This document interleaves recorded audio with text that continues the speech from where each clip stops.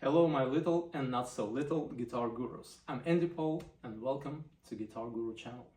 So here I teach guitar, I review instruments or guitar equipment, and we talk about purchases and comparisons between different types of guitars. In a lot of cases, my students come to me and say, Andy, do you think that would be a good guitar? Or should I buy this guitar, for example, right? And I would give them my suggestions and expert opinion. But recently I made a mistake myself. I purchased a very expensive Gibson Les Paul online, and it turned out to be a disaster. The guitar was not playable. So I had a hard time to trade in this guitar for another custom shop. And I decided to put on paper some bullet points of what I would look for when I purchase a guitar. And I found a good recipe and 5 bullet points that will help you to pick a good guitar, regardless of the brand, regardless of the name on your guitar, right? And regardless of the price. It's just what you look for in the components of how your guitar is built and how playable it is and usable in the future. So stay tuned, I'll share these 5 with you soon. And because it's not gonna be related to a price or a brand, because different people like different brands, right? It's like some people like Mercedes, some BMW, and they would fight forever to prove that their brand is better than another. So we will try to avoid that. And for that reason, I picked a couple of different guitars from my collection. They're totally different, right? By price point, by like age and brand. So it would be American-made Charvel. It's a vintage 1980, and it's about 1,000 bucks. Then Gibson Les Paul Custom Black Beauty, more than 7,000 bucks. And then white Mexican-made Fender Stratocaster that is typically worth about $500. So you will see that a good guitar doesn't mean expensive or branded. I will explain how it works right now. But before we start looking at guitars, let's get one thing straight. 5 signs of a good guitar from the perspective of a regular guitarist is going to be different than perspective from collector guitarist. Collectors look for different kind of qualities in the guitar than a regular guitarist. If you just play daily or weekly shows, all you care about is that how good your guitar is built. If it gives you the right sound, responds well, and you can use it, you're good to go, even that guitar is 300 bucks. But if you are a collector, you take pride of aesthetic looks of your guitar. You need a specific brand, you need specific woods, you need specific pickups, and maybe for it to be vintage or look cool or maybe have a signature.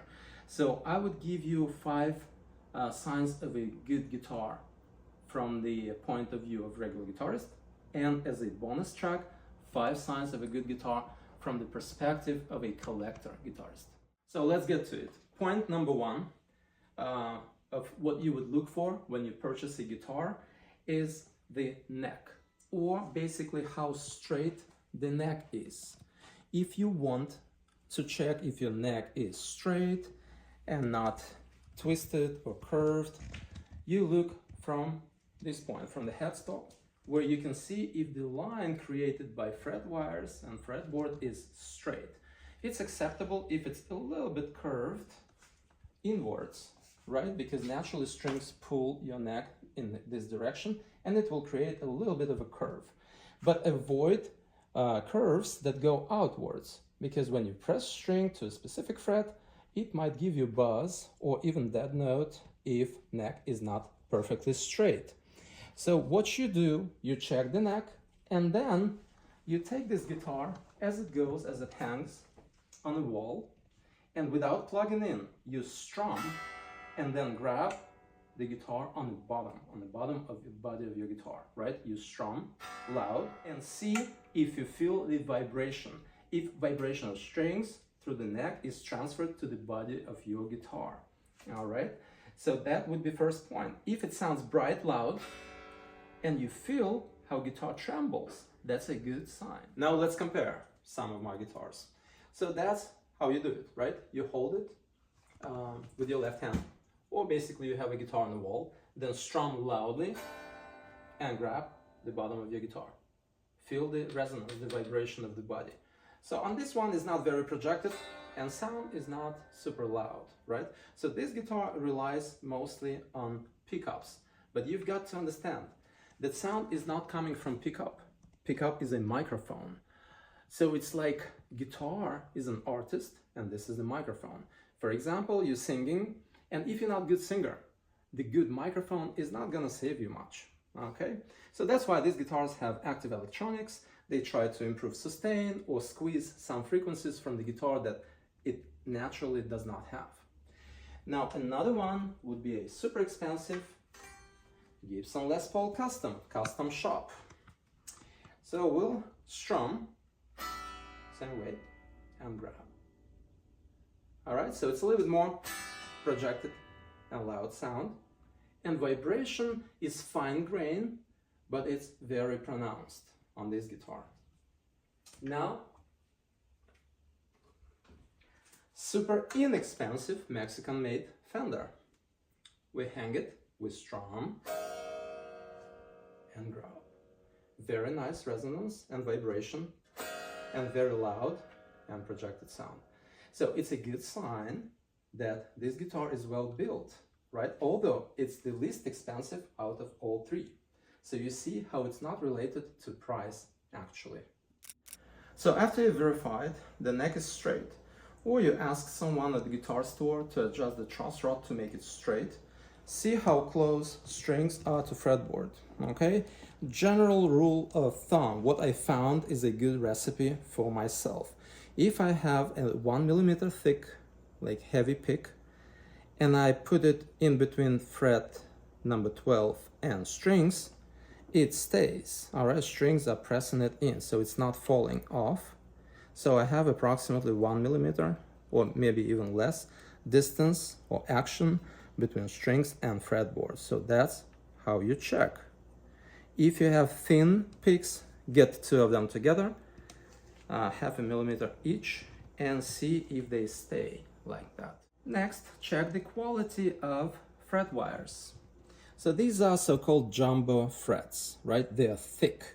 If you play a lot of vibration, bend on your strings, use thicker frets and make sure they're not eaten by strings. So there are no dings in the fret wire made by constantly pressing that string against fret wire.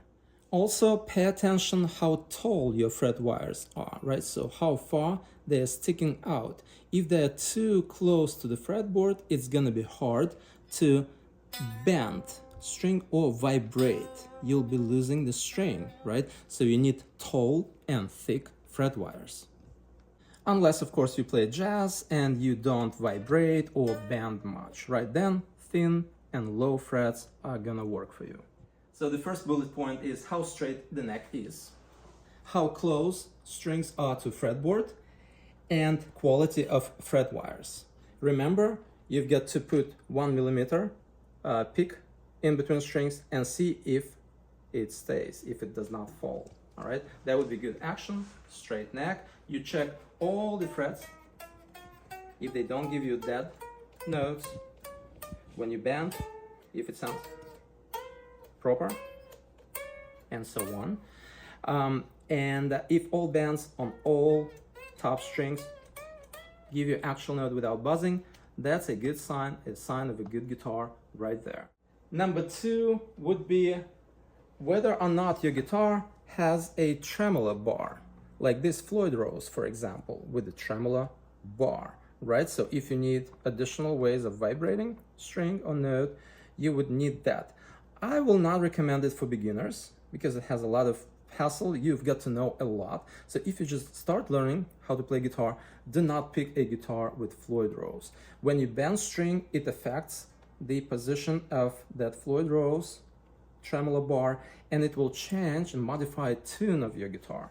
So I would not do it if I'm a beginner, right? But eventually, if you want to play music like Steve Vai, or I don't know, you like Pantera, for example, and you want these artificial harmonics vibrating and doing the dive bomb, type of sound, you will need it. So you've got to decide for yourself. If you're more like Steve Vai, right, you need tremolo bar.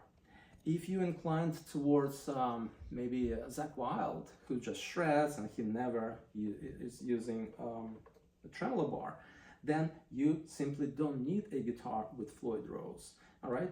When I say dive bomb, this is exactly what I mean. So you remember everything?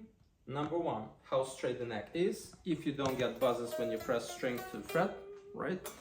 And if you feel that your guitar trembles when you play, that's the good sign.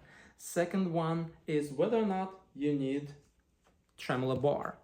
If you play something like blues, jazz, or you play heavy metal where you just shred and you never use Floyd Rose, you probably don't need it. It's just a hassle. If you don't need it, why you would keep it on your guitar? It would just not let you move your right hand properly. Number three would be magnetic pickups. Again, depending on the style, just think of what kind of music you want to play, and if it's something along lines of blues or maybe traditional pop rock, hard rock, you would probably be fine with single coils. But if you need a very powerful and meaty sound, of course, you will go for pickups called humbuckers.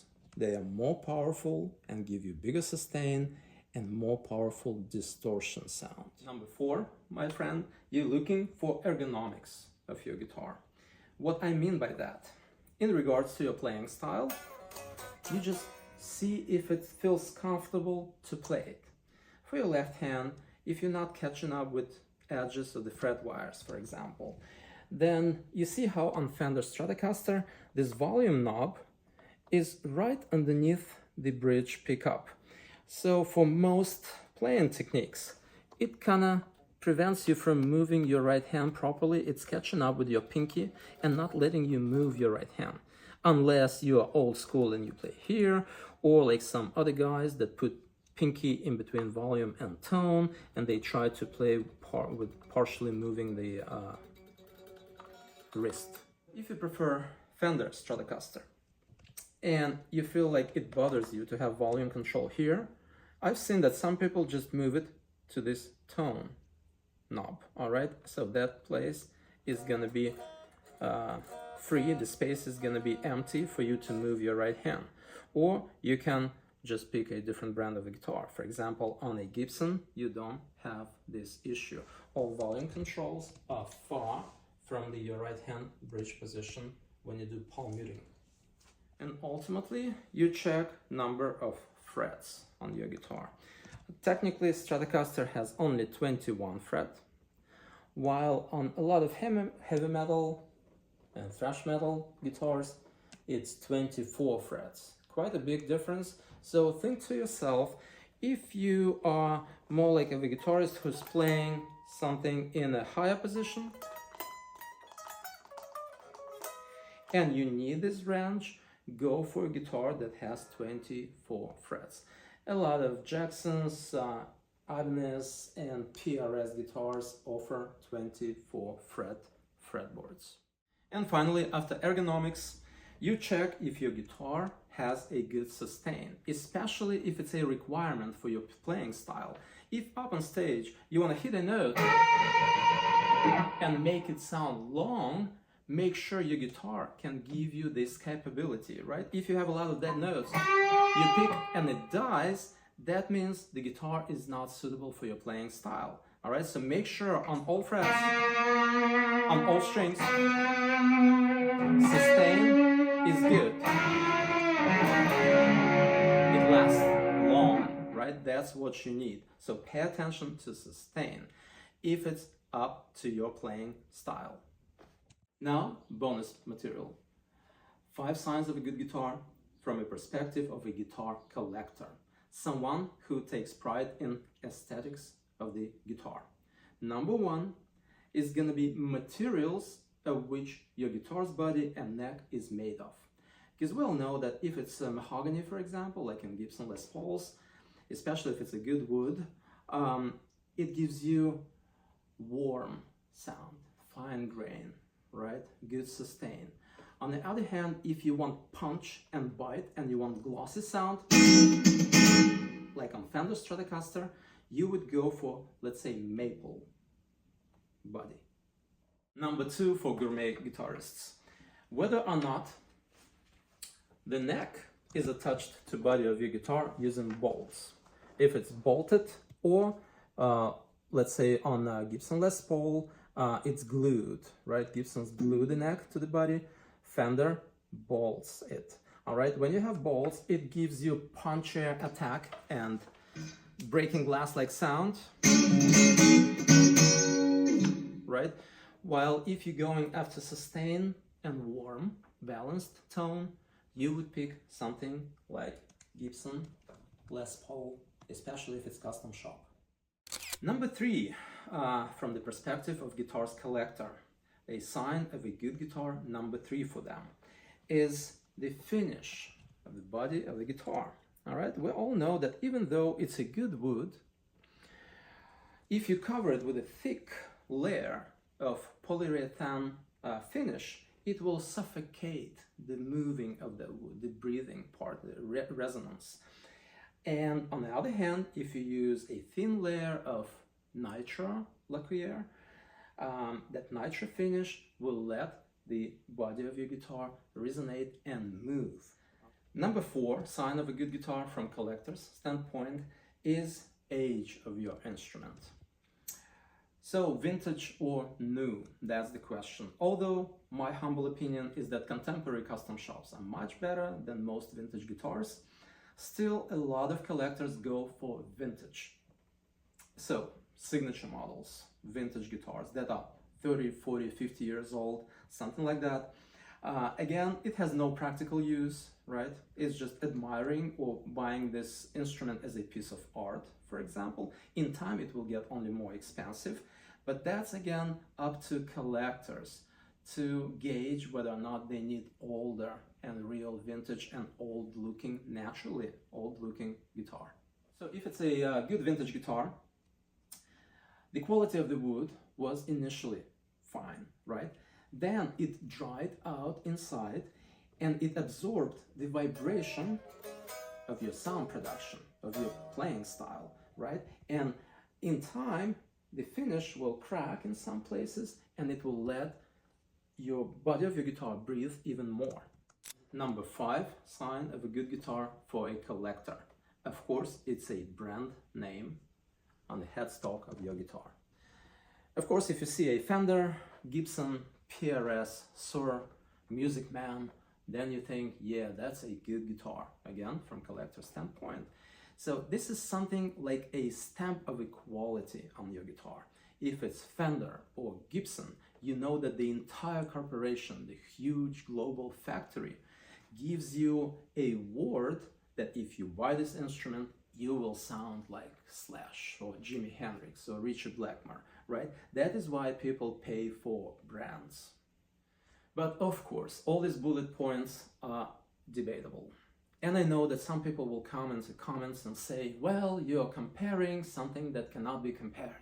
Or, Andy, I had 2 Gibsons and one did sound good, another one did not.